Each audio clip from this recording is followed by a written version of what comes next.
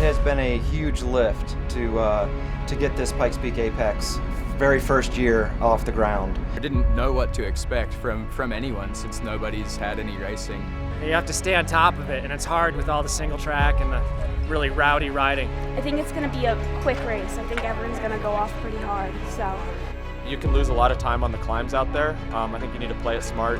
Unlike most mountain bike races, you can definitely lose it on the downhill. Have a governor on your effort because it's hard to recover. We can showcase our trails. They're super fun. I get to train on them all the time. They're technical, they're hard. We've got quite a bit of climbing.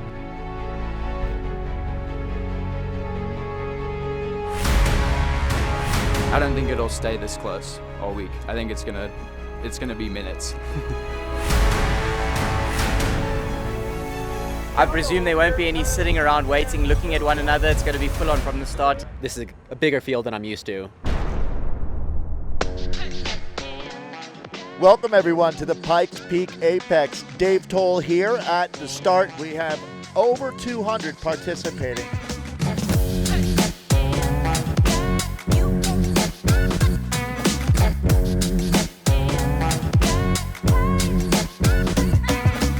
This is the first mountain bike race, I think, pretty much in the country this year. It's great to be back racing again. Feels like a gift, you know, and a lot of unknowns. For a lot of these riders out here, it's their first race of the season. That could be a big factor, especially with some of the long descents.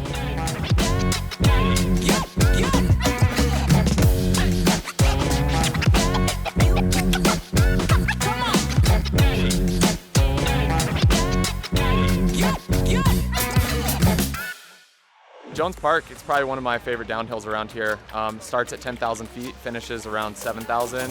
I had to dial it down. I had a couple of scary moments, you know, with the cliff on the side.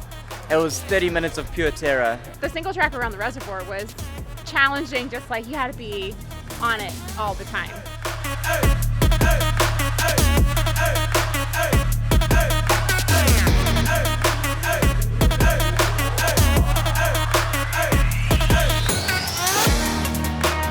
For me, it's the gathering of the tribe that we're experiencing here that's the best part of all of this. I come from Mexico. I had never been to Colorado Springs, so I decided I had to come. It's so awesome to be able to put on a world-class bike race in my backyard, literally.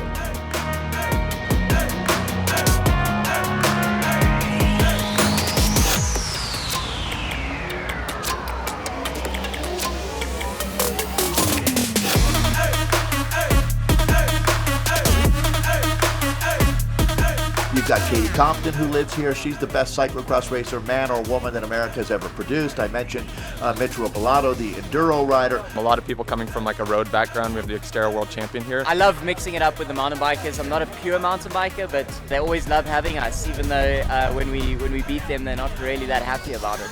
We put it out there as a pro-based race for a long time. But also an amateur bucket list event. this is the biggest, longest race I've ever done.